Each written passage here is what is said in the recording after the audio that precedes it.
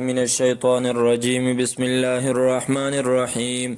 أفمن يعلم أن ما أنزل إليك من ربك الحق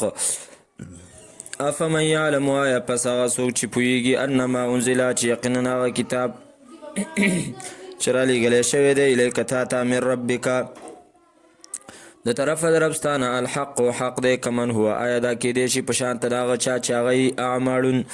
انما یتذکروا یقینا نصیحت حاصلوي اولو الالباب خاوندانان د خالصو عقلونو الذین کسان یوفون چې پوره کوي بعهد الله لوز د الله تعالی ولا ينقضون او نه ماتوي المیثاق لوز لره والذین کسان یصلون چې هغوی پیوسته کوي ما هغه څه امر الله به چې حکم کړی الله تعالی د هغې په باره کې ان یوصله چې پیوسته کړی شي د پیوسته کولو ویخشون ربهم او یریږي د خپل رب نه ویخافون او یریږي یوم سوء الحساب د بد حساب نه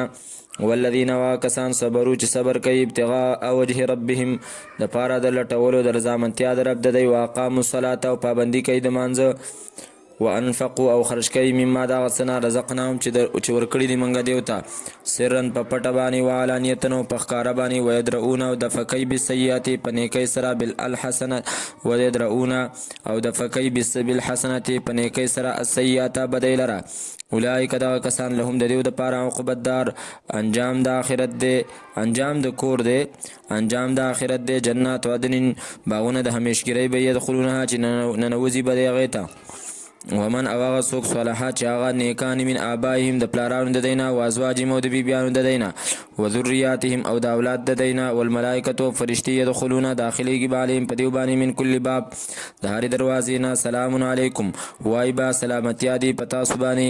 بما صبرتم په سبب د دې چې تاسو صبر کړی و فنعم عقبت دار پس ښه ښایسته انجام دی د آخرت والذین کسان ينقضون چې هغوی ماتوي عهد الله لوز د الله تعالی من بعد میثاقه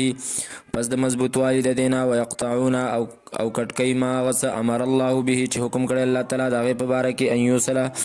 چې پیوسته کړی شي ویفسدون او فساد کوي فی الارض په ځمکه کې اولئک دغه کسان لهم د دیو دپاره اللعنت لعنت دی واولئک او دغه کسان هم ولهم سوء الدار او د دیو دپاره بد کور د آخرت دی ولهم او د دیو د پاره سوء الدار ناکاره کور د آخرت دی الله تعالی یبسط الرزق پراخه کوي رزق لمن یشاء چاله چې غواړي ويقدرو او په اندازه کوي یعنی تنګي وفرحوا او خوشحاليږي دی بالحیات الدنیا په ژوند دنیوي باندې ومن حیات الدنیا او نه دی کور نه دی ژوند دنیوي فی الاخرت په مقابله د آخرت کې الا متاع مگر څه ده